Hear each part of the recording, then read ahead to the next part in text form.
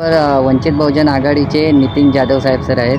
Sir दापोलीमध्ये आज SC आणि ST आज भारत बंद आवाहन करण्यात येत आहे, काय सांगाल आपण? मी वंचित बहुजन आघाडीचा महासचिव उत्तर रत्नागिरी. आमचे सल्लागार मधुकर मर्चंटे आहेत, आमचे कार्यकर्ते आहेत तिथे उपस्थित. आजच्या या भारत बंदला बाळासाहेब आंबेडकरांनी पाठिंबा दिलेला आहे. त्याचबरोबर वंचित बहुजन आघाडीने सुद्धा दापोली तालुक्यामध्ये बंद पाठिंबा दिलेला आहे. परंतु त्याचा पुढाकार घेणारे रिपब्लिकन पार्टी ऑफ इंडिया आणि BSP यांनी लोकहितासाठी जे काय आज निवेदन देण्याचं ठरवलेलं आहे आणि भारत बंदमध्ये सामील होत आहेत त्याबद्दल त्यांचं अभिनंदन.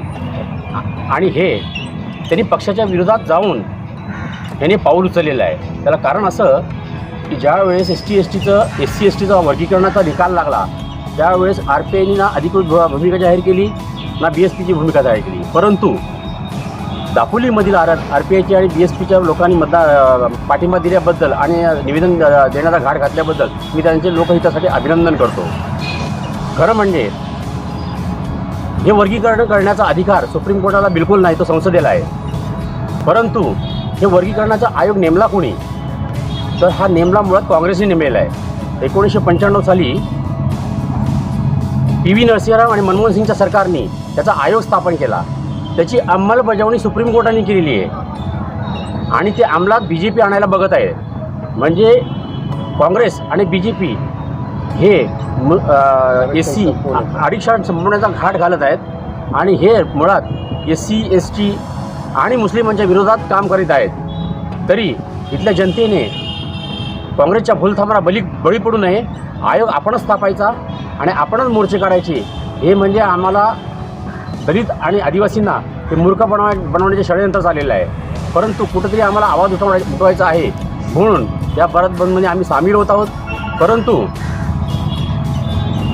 आजचं सरकार, भाजपचं सरकार ह्या निर्णयाच्या विरोधात काहीच बोलत नाही.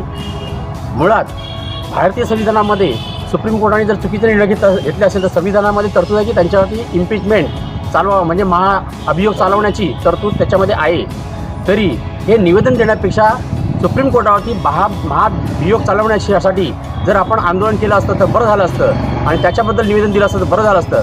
परंतु पुन्हा एकदा मी अभिनंदन करेन RPIचं आणि BSPचं की त्यांनी आज बंदमध्ये सामील झाल्याबद्दल मी त्यांच्या मनापासून आभार मानतो.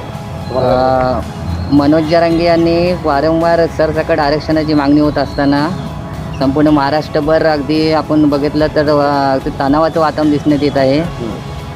शासनाला आतापर्यंत जरांगे पाटील दिलेले पुरावे व मराठा आंदोलनाने सादर केले पुरावे हे संविधानामध्ये मान्य होत नसल्याने आत्तापर्यंत शासनाने त्यांचा दिलेला खटला फेटाळलेला आहे, काय सांगाल आपण? मुळात मराठा आरक्षण हे गरिबांसाठी गरीब मराठ्यासाठी द्यावं ही आमच्या बाळासाहेबांची इच्छा आहे. परंतु जे मनोज जरांगे पाटील जी आरक्षणाची मागणी करत सरसकट आणि सगळे सोयऱ्यांसकट ही मुळात बेकायदेशीर आहे. कारण OBCचं आरक्षण हे संविधानिक आहे आणि त्याच्यामध्ये घुसण्याचा प्रयत्न करत आहेत. आमच्या कोकणामध्ये कुणबी समाजामध्ये आणि मराठा समाजामध्ये रोटीपिटी व्यवहार होत नाही आहे. पण कुणबी मराठा आणि मराठामध्ये पश्चिम महाराष्ट्रात किंवा इतर ठिकाणी रोटीपिटी व्यवहार होत आहेत आणि सदन मराठा आहेत त्यांना आरक्षणाची मागणी करणे कितपत योग्य आहे हे जरांगे पाटलांनी पुन्हा जनतेला सांगावं. आणि म्हणूनच त्यांनी आंदोलन कशासाठी केलं आहे हे त्यांनी जनतेला मुळात सांगावं. हो ना.